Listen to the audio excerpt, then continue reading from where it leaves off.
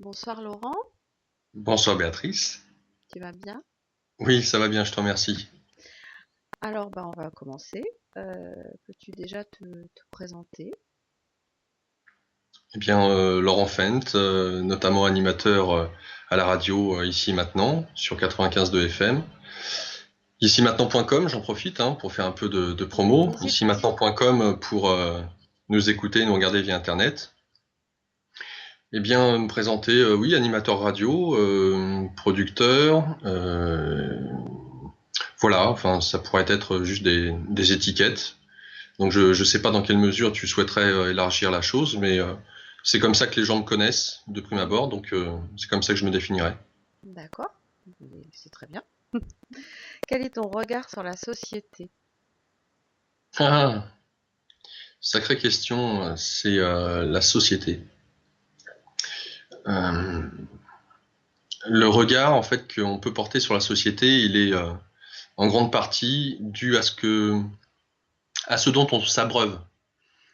C'est-à-dire que si on cherche des infos négatives, parce que dans la colère, parce que dans la peur, on va en trouver. Et puis inversement, si on cherche à vouloir porter un regard sur la vie positif, on va trouver des informations positives.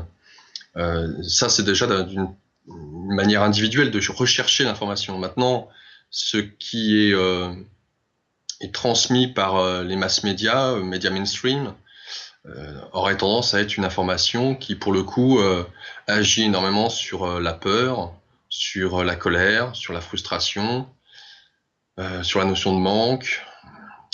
Ouais, diviser pour mieux régner, ça serait un peu ça. Donc le regard que je porte sur la société, de mes contemporains, des auditeurs que je peux écouter, eh bien en fait beaucoup de peur. Beaucoup de peur de la part des autres. Parler en mon nom, je regarde ça avec un recul en me disant que si les gens, en l'occurrence les auditeurs, qui à mon sens pour la radio représentent assez bien ce que peut être le peuple français parce que il n'y a pas de censure, chacun peut venir et s'exprimer à la radio. Donc il y a à mon sens une représentation assez atypique et en même temps à mon avis très juste de ce que peut être la société française parce qu'on nous écoute aussi bien sur Paris qu'ailleurs en France et des intervenants aussi qui peuvent nous parler du sud de la France, de l'est, de l'ouest, voire peut-être aussi de Belgique, de Suisse, c'était déjà arrivé. Euh, mais en tout cas, de ce que je peux ressentir de par leurs interventions et le sentiment qu'ils me laissent, c'est beaucoup de confusion en fait.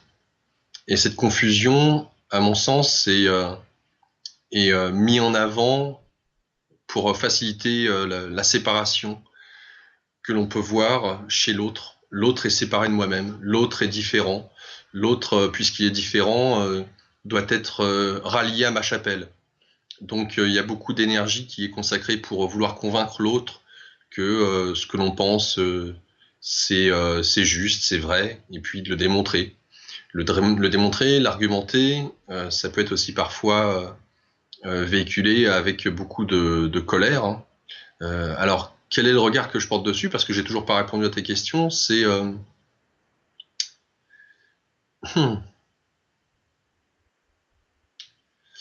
euh, c'est particulier. Ça m'est très difficile de répondre à cette question et je vais te dire pourquoi. Parce que autant j'anime un magazine comme Santé Spiritualité qui met en avant vraiment des choses positives et notamment énergie positive, c'est le cas de le dire, le vendredi soir. Et je reçois des personnes qui sont orientées vers tout ce qui est positif, tout ce qui peut nous éveiller d'un point de vue de la conscience, tourner notre regard vers nous et de découvrir nos potentialités. Donc ça, c'est une chose. Et ça, ce qui me nourrit réellement, ce qui me fait vraiment plaisir et me met en joie.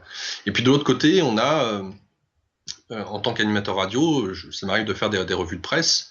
Et donc tout le côté, j'allais dire, en rapport avec l'actualité de ce monde, etc. Mais il y a des personnes sur cette terre, en France, qui vivent sans regarder la télévision, sans écouter la radio et qui s'en portent pas plus mal.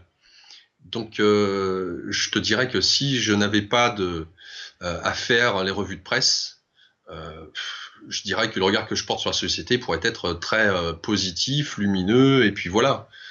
Or, c'est pas forcément le cas. Donc, il y a on va dire que je vois une partie de l'humanité qui s'éveille, et ce rapidement, qui prennent de conscience de ce qui est important, de qui ils sont. Et puis de l'autre, je peux voir avec les revues de presse et les interventions des auditeurs une certaine évolution pour des auditeurs qui appellent régulièrement, on va dire, ou pas d'ailleurs, évolution ou pas. Et puis de l'autre, ça reste beaucoup de confusion, beaucoup de peur, beaucoup de colère. Mais cette peur et cette colère, je n'y serais pas confronté, ou je n'y serais pas. Personnellement, je n'aurais pas moi-même voulu y mettre le nez si je ne faisais pas les revues de presse. Et en même temps, c'est intéressant de regarder comment les choses évoluent. Donc, je te dirais que je suis plus témoin dans l'affaire. Regard que je porte sur la société, témoin. Que ça soit d'un point de vue politique, économique, sociétal, j'observe. Ça serait vraiment ça. Voilà, j'ai pas de. Peut-être de ressentir une majorité en tout cas de gens qui deviennent fous. Et quand je dis qu'ils deviennent fous, c'est encore une fois dû à cette peur et à cette colère et à cette confusion. Donc voilà ce que je pourrais en dire. D'accord. Alors, on parlait donc de la société. Quels moyens as-tu choisi pour y vivre en harmonie? Ce moyen-là, c'est le mien. Et ce qui serait important de préciser par rapport à ta question, c'est que ce qui est valable comme chemin pour l'un n'est pas forcément pour l'autre. Donc c'est pas tant un modèle que de dire, ou en tout cas de répondre à cette question. Je crois que ce qui est important, et ça pour le coup c'est valable pour tout le monde, c'est de se mettre en joie, à être en joie, à faire ce que l'on aime faire. Et ça serait peut-être d'ailleurs, à mon sens, une solution pour résoudre bon nombre de choses par rapport au mal-être que tout à chacun peut vivre, ou par rapport à la peur et autres. C'est-à-dire que dès le moment, à mon sens, où on est en joie, où tu fais ce que tu aimes faire, bah tu rayonnes ça. Et donc forcément, j'allais dire que ça contamine aussi ton entourage. Donc à partir de là, dès le moment où tu es en joie, tu es sur ta voie, tu es sur ton chemin, tu es à ta place. Tu mets en avant tes dons et tes talents.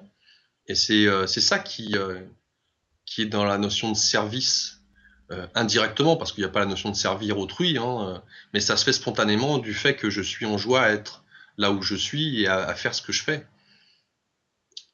Donc, si tout à chacun pouvait aller dans le sens de connais-toi toi-même et tu connaîtras l'univers et les dieux, vraiment dans cet esprit de qui je suis, pourquoi je suis sur cette terre, quels sont mes dons et mes talents, et puis de comprendre comment fonctionne l'esprit, le pouvoir de l'esprit sur la matière, de nos pensées, de nos émotions, de nos sentiments. Tout ça est un gage de mieux être en phase avec la vie, et donc avec qui l'on est, en tout cas ce qu'on est venu incarner sur cette terre. Voilà. Ok. Parmi les gens que tu as reçus, donc là c'est une question vraiment pour toi, lesquels t'ont particulièrement marqué, reçus notamment à la radio? Je pense que c'est comme les auditeurs, hein, on s'y retrouve bien tous là-dedans. Il y en a eu plusieurs. Christophe Alain, bien évidemment. Franck Lobvé, récemment. Il y a eu aussi Patrick Burin-Stenas. Il y a eu Jacques Collin. Jacques Collin qui a écrit L'au-delà de l'eau. D'ailleurs, c'est une émission qui sera diffusée prochainement. Il y a eu... Et puis alors, tu me poses une colle parce que moi et les noms, j'ai pas de mémoire pour les noms. Franck, alors je sais que son prénom c'est Franck, et son nom, voilà, là. Léo? Euh, Non? oui, merci à toi. Je t'en prie. J'ai bien Ouais, aimé cette émission. ouais, elle était super. J'en ai fait plusieurs avec Franck et il y avait une belle complicité. Il y avait aussi un invité que j'avais reçu qui venait de Suisse. Euh, il y avait aussi une belle complicité à l'antenne et c'était une très belle émission et un très bon bouquin d'ailleurs. Euh, euh, euh, Le grand singe à la blessure dans le cœur. Et je ne me rappelle plus du nom de l'invité. Alors, tu vois, c'est une de mes caractéristiques et c'est aussi ce que je dois aimer chez moi. C'est de ne pas avoir la mémoire des noms. C'est-à-dire que je peux recevoir quelqu'un qui me marque profondément. Si je n'ai pas, entre guillemets, ou si je n'entretiens pas de réflexion par rapport à cette personne-là, pendant un certain laps de temps, je l'oublie. Mhm. De même que je serais incapable de parler des personnes que j'ai rencontrées il y a de ça 20 ans, sauf rare exception. À l'école, pareil, j'ai pas la mémoire des noms et des prénoms. Ok. Alors moi, j'ajoute que j'ai beaucoup aimé ton émission avec Patrice Poyard et Jacques Grimaud. Oui, Voilà. bien sûr. Ouais. Je me permets d'ajouter ça parce que c'était vraiment de très grande qualité. On apprenait beaucoup de choses, à chaque La, semaine d'ailleurs. ouais. La singularité de ces invités-là, pour moi, sont vraiment à travers le travail d'équipe qu'ils ont pu effectuer et qui se ressent dans le film. Parce que j'ai pu voir certains documentaires qui étaient très mal faits, réalisés, qui allaient pas au fond des choses, Mm. en rapport avec le plateau de Gizeh, les pyramides. J'ai lu énormément de bouquins concernant les sites antiques, les anciennes civilisations. Euh, alors, les données étaient déjà là, mais en tout cas, il est clair que la révélation des pyramides, avec l'association des deux, c'est détonnant et le documentaire est vraiment de qualité. Mm. Il y a un peu cet esprit spectacle un peu à l'américaine, mais au moins, voilà, l'essentiel est dit, on retient bien l'intention Oui, avec la manière dont il est construit oui. et forcément, ça a un impact, ça choque un Oui, peu quelque part ça tellement laisse pas les. indifférent. Ouais. Ah non, Mm. c'est pas possible. Mm. Donc oui, je dirais que c'est pas tant qu'il y avait rien de nouveau pour moi parce que, comme je te le disais, j'ai pas forcément une très bonne mémoire. Donc, on va dire que c'était une remise à jour et de surcroît de qualité. Donc, super. Ouais, très bons invités. Comment aider nos enfants à s'épanouir? À les aider à être eux-mêmes. Et ça, pour le coup, ça nous demande en tant qu'adultes à ne pas vouloir à ce que l'enfant soit en rapport avec nos projections, qu'il soit totalement détaché de nos projections. Alors, les enfants, quelque part, ne nous appartiennent pas. Hein. On est là juste, non pas pour les éduquer, mais normalement pour les élever à eux-mêmes.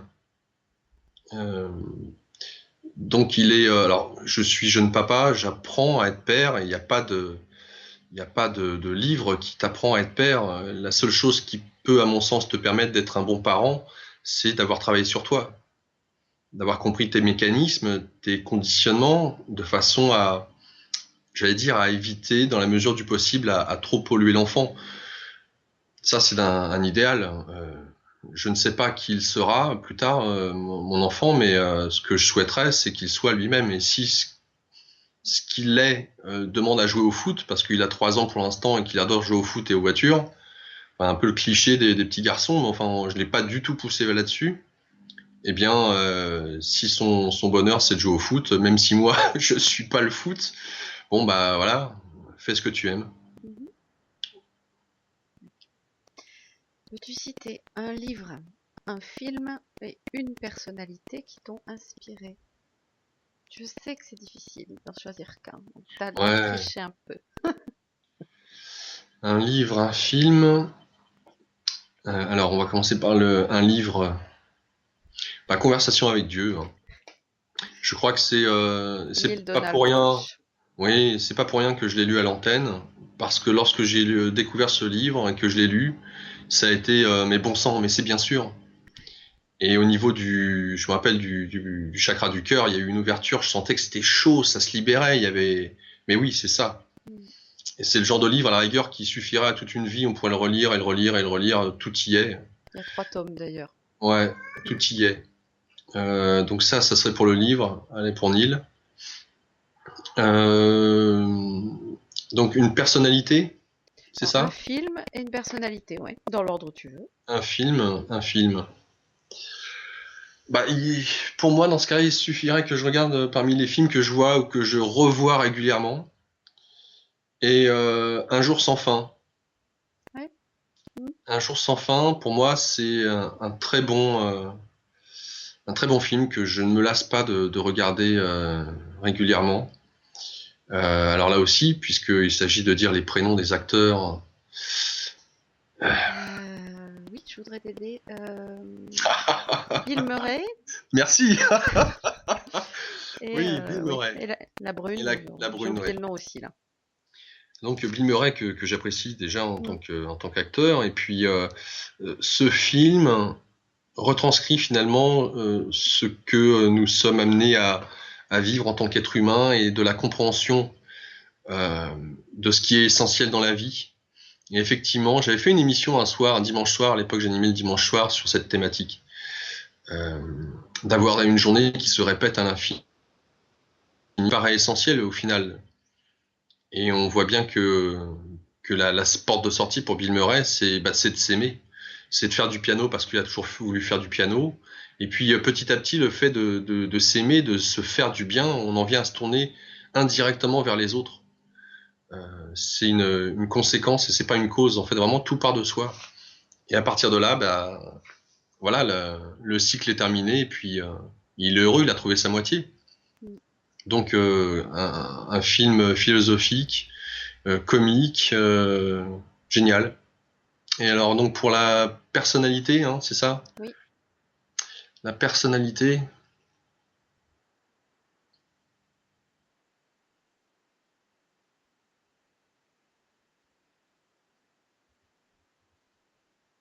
Ouais. Mais écoute, l'image qui me vient, ça serait Didier Deplège, le directeur de la radio. Euh, il a été une bonne représentation de certaines valeurs qui pour moi étaient importantes. Et vu qu'on a, bon, bah, il est de l'ancienne génération, il a l'âge de mon père, hein, donc il a été un certain modèle, dans une certaine mesure, à me montrer un chemin, une manière de trouver l'équilibre en soi. Et puis bon, bah, il m'a formé, il a été un bon éducateur dans ce sens-là. Donc Didier Deplège, directeur de la radio, ouais. D'accord. 95.2, Deux. c'est ça? Ouais. Radio ici et maintenant. Et pour finir, peux-tu nous raconter une belle synchronicité survenue dans ta vie?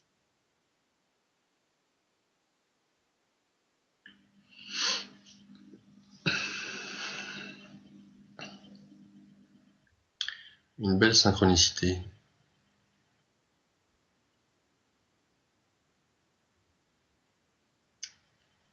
Ouais. Ouais, c'est le jour était sorti Le Seigneur des Anneaux. Euh, C'était donc le premier volet, la communauté de l'anneau. Et enfin, il était prévu que je le voie avec des amis et notamment mon frère. Et c'était donc un mercredi. Et on était tellement impatients que ce film sorte. Pour nous, en plus, Peter Jackson, tu vois, là, je m'en souviens, là. C'était pour moi une évidence que ce film allait être réalisé à la hauteur du livre et de la manière dont ce dernier m'avait fait voyager. Et donc il y avait intérieurement une très très grande joie au fait d'aller au cinéma. Et sans compter que bon, on est une bande de potes, on y va tous ensemble dans la voiture et on voulait aller à la première séance qui je crois devait être aux alentours de 10 heures. Et vu que c'était sur Paris et que à l'époque j'habitais en banlieue, on était parti à l'heure des trafics d'influence le matin, je sais pas, genre 7h, 7h30. Donc on est en plein dans les bouchons. Et on était tellement tous en joie à l'intérieur de la voiture que on se marrait de voir ceux qui étaient dans les voitures, dans le bouchon, qui tiraient la tronche. il y avait un tel décalage entre nous qui étions en joie et puis les autres. Et donc on arrive au cinéma, on trouve une place tout de suite, ce qui n'est pas forcément évident du côté d'Aqua Boulevard. Et puis on va chercher les tickets et là il y allait commencer à y avoir une queue assez importante, même si on était en avance. Et en fait, lorsqu'on arrive devant la caissière, c'était une amie d'un de mes amis qui était avec nous. Mais il s'était pas vu depuis une éternité. Et en fait, on a eu les places gratis. C'est pas fini. Donc voilà, la porte était ouverte et pour dire à quel point déjà l'état intérieur amène à soi des ouvertures. Absolument. Donc je reprendrai quand même ce que dit Franck Lobvé concernant les synchronicités. Dès le moment où on est dans la place du cœur, les synchronicités, c'est perpétuellement. Parce que finalement, la synchronicité, quand on la voit comme ça à l'occasion, elle est là pour vraiment nous démontrer que il y a cette interrelation intérieure-extérieure. Mais c'est pas parce que la synchronicité en apparence n'est plus là que cette interrelation intérieure-extérieure est finie. Elle perdure, elle est tout le temps présente. Je ferme la parenthèse. Et donc, on voit le film, on sort du film, et à la sortie du cinéma, j'ouvre les portes, et là, il y avait une chaîne de télévision qui était là, qui recueillait les premières impressions de ce film. Donc j'ai eu l'occasion de témoigner. Et je trouvais ça beau en même temps, parce que il y avait une telle fluidité dans le fait de vouloir aller voir ce film, de la joie qui nous accompagnait, de l'égrégore qui était le nôtre, de chanter dans la voiture alors qu'on était dans les bouchons. Ça démontrait une certaine fluidité. Quand bien même il y avait les bouchons, quand bien même il y avait la queue une fois qu'on attendait pour prendre les places au cinéma et de voir que tiens, cadeau, allez. Plus voilà le petit clin d'œil cinéma avec la télévision. Alors, qu'est-ce que vous avez pensé du film? Voilà, ça m'a amusé et puis en même temps, je trouve que c'est une très belle synchronicité. Ouais. Oui. Eh ben, on a fini, Laurent. Merci Au beaucoup. plaisir. Merci Bah, beaucoup à merci à toi. toi. Bah, écoute, à bientôt. Oui, Béatrice. Et puis plein de bonnes choses à toi. Ouais. Et puis c'est une belle initiative que tu as là, donc bah, que ça puisse continuer à te porter et fais-toi plaisir. Ouais, merci à toi. Tu m'as fait sortir de ma zone de confort, là. Je viens de faire un exercice tout nouveau. Donc, bah, je te remercie, parce que c'est bien, c'est formateur. Je suis ravie. À bientôt, Laurent. À bientôt, Béatrice.